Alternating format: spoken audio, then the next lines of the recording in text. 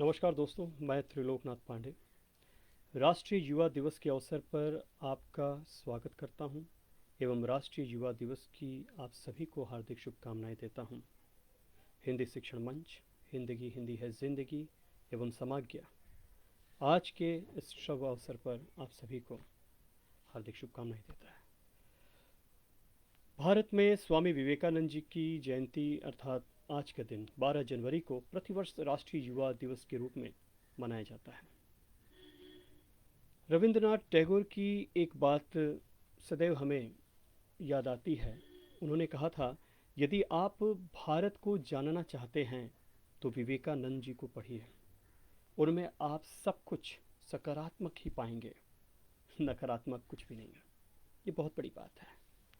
आगे जो है, स्वामी विवेकानंद जी केवल संत ही नहीं थे, एक महान देशभक्त भी थे, वक्ता थे, विचारक थे, लेखक थे और मानव प्रेमी भी थे। वास्तव में स्वामी विवेकानंद जी आधुनिक मानव के आदर्श प्रतिनिधि हैं।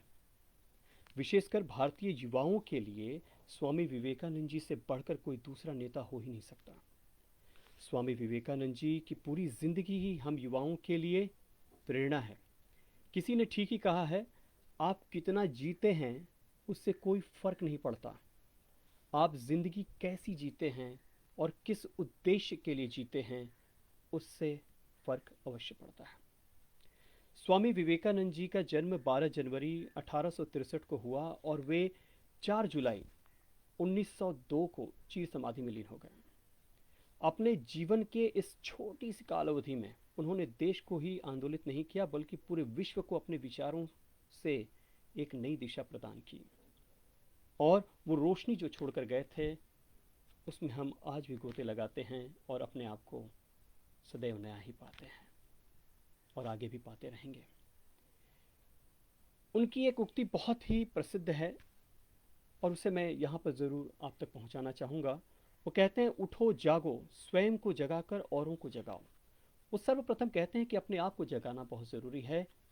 वो स्वयं कहते हैं कि पहले हम जब तक अपने आप को नहीं जानेंगे तब तक हम कुछ नहीं कर पाएंगे जीवन में।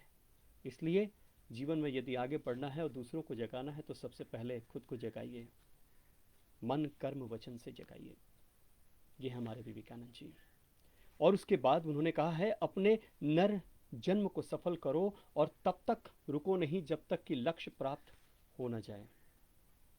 जी हाँ, आप जिस क्षेत्र में भी हों, कहीं पर भी हों, विवेकानंद जी की ये पंक्तियाँ आपको आगे बढ़ने के लिए प्रेरित करती हैं और करती रहेंगी।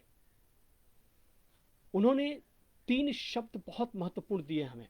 उन्होंने कहा, पवित्रता, धैर्य और उद्यम।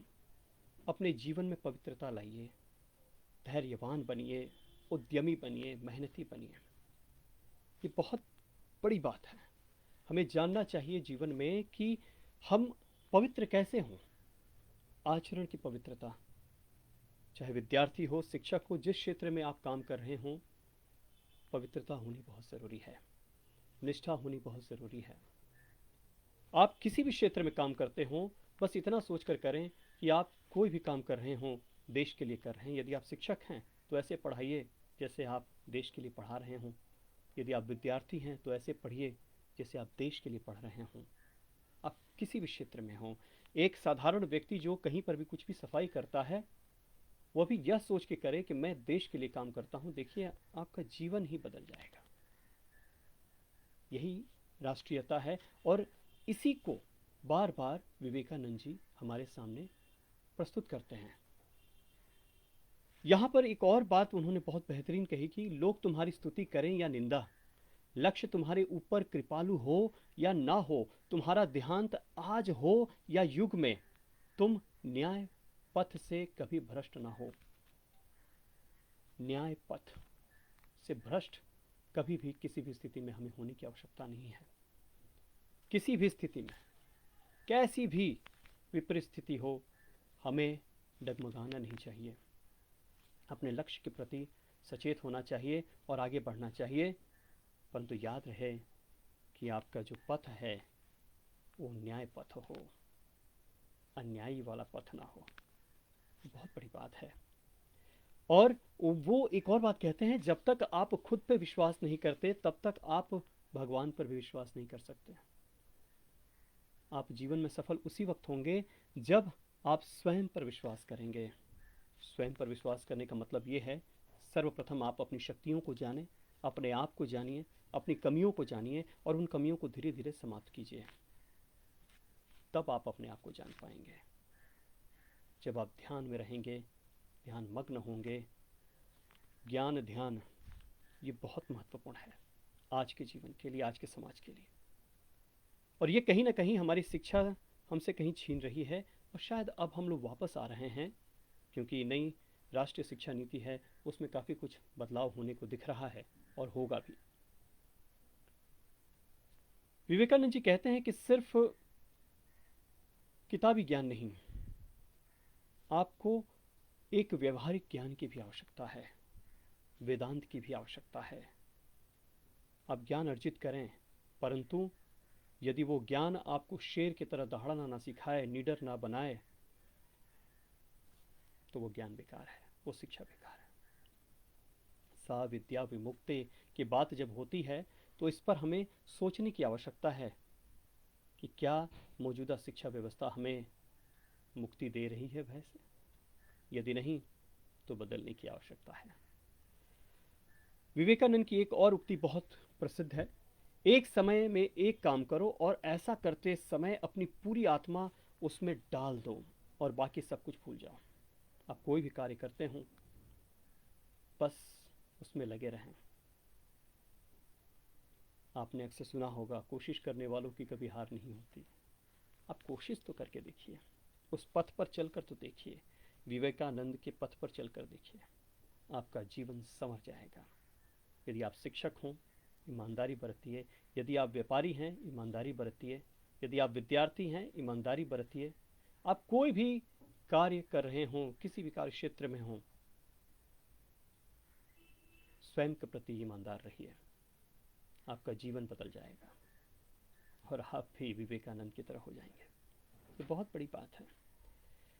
और अक्सर लोग घबरा जाते हैं कि भाई ये जो संघर्ष है, संघर्ष सिर्फ मेरे साथ ही है, मेरे साथ ही घटता है। तो विवेकानंद जी कहते हैं कि जितना बड़ा संघर्ष होता है, जीत भी उतनी शानदार होती है। ये बहुत बड़ी बात है। अक्सर हम लोग इस बात को नहीं जानते हैं, या फिर जानकर भी उस पर कहीं ना कहीं पर्दा डाल देते हैं। ये बहुत ज़रूरी है, अपने आप को संयमित करना, नियमबद्ध करना। आप कोई भी कार्य करते हो उसे नियमबद्ध करें। सुबह से लेकर शाम तक की जो दिनचर्या है उसे पूरी तरह से सजा लें। आपको जानकर हैरानी होगी कि विवेकानंद जी आखिरी दिनों में भी अपना ध्यान नहीं छोड़े थे, अपने कर्मों को त्यागा नहीं था। तो हम भारतीय हैं, उन्हीं के वंशज हैं, हम क्यों त्यागें? अपने आप को समेटिए, शारीरिक रूप से, मानसिक रूप से, सैद्धांतिक रूप से अपने आप को सबल बनाइए। आइए, नया भारत बनाना है और मिलकर बनाएंगे। और सबसे महत्वपूर्ण बात जो है वो यह है कि विवेकानंद जी कहते हैं कि हमें ऐसी शिक्षा की आवश्यकता है जिससे चरित्र का निर्माण हो, मानसिक बल में वृद्धि, बुद्धि का विकास हो और व्यक्ति अपने पैरों पर खड़ा हो सके। ये बहुत ज़रूरी है। हमें ज़रूरत है पाश्चात्य विज्ञान के साथ साथ वेदांत की भी, जो हमें सही दिशा दे सके। ये बहुत ज़रूरी चीज़ें हैं। और जो शिक्षा देश प्रेम और राष्ट्रीयता की प्रेरणा नहीं देती, उसे राष्ट्रीय शिक्षा नहीं कहा जा सकता। विवेकानंद जी की एक बात वो अक्सर प्रार्थना किया करते थे, जो मैं आप तक पहुंचाना चाहूँगा। हे भूमि माँ, मैं यहाँ अपराजय, आघात रहित, क्षति रहित, पूर्णतया अभय रहते हुए निवास करूं, ऐसा आशीर्वाद दो। कि बहुत ज़रूरी है, हम सभी को अपराजय बनना है, आघात रहित होना है, क्षति रहित होना है, अपूर्णता अभय प्राप्त करना है। जीवन का उद्देश्य यही है, मानव कल्याण की ओर बढ़ना है। वो राजनीतिक बातों पर भी जो है, राजनीतिक एरिया, कोई ऐसा क्षेत्र नहीं जहां पर उन्होंने कुछ कहा ना हो, चाहे वो स्त्री शिक्षा के ऊपर हो, चाहे उद्धार की हो, या फिर राजनीति की बात क्यों ना हो। एक उक्ति उनकी याद आती है जो मैं आप तक पहुंचाना चाहूंगा। वो कहते हैं, जब तक जन साधारण पुनः सुशिक्षित नहीं हो जाता, जब तक उसे पौष्टिक आहार प्राप्त नहीं होता, जब तक हम उसका ध्यान नहीं रख पाते, तब तक किसी प्रकार का राजनीतिक तंत्र किसी तरह से भी सार्थक नहीं हो सकता। कोई भी राजनीतिक तंत्र आज के दौर में और आज के दिन 12 जनवरी को आइए हम सब मिलकर प्रण लें कि हम विवेकानंद के रास्ते पर चलेंगे।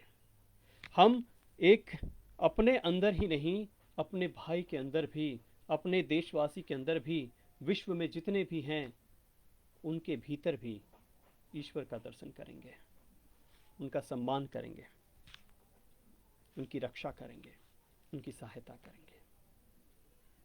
ये बहुत ज़रूरी है और हम सभी को ये प्रण लेना चाहिए। इस मंच के मार्फत से हिंदी है जिंदगी, हिंदी शिक्षण समाज्ञा की ओर से मैं पुनः आप सभी का आह्वान करता हूँ कि आइए एक पुण्य कार्य जो है, ये पुण्य कार्य जो है आज के दिन से ही शुरू करें, अभी से ही शुरू करें, जन कल्याण के। जहाँ भी हो, कहीं पर भी हो, चाहे देश में हो चाहे विदेश में हो, बस आप विवेकानंद को ना भूलें, उनकी शिक्षाओं को ना भूलें। वो पाथे हैं,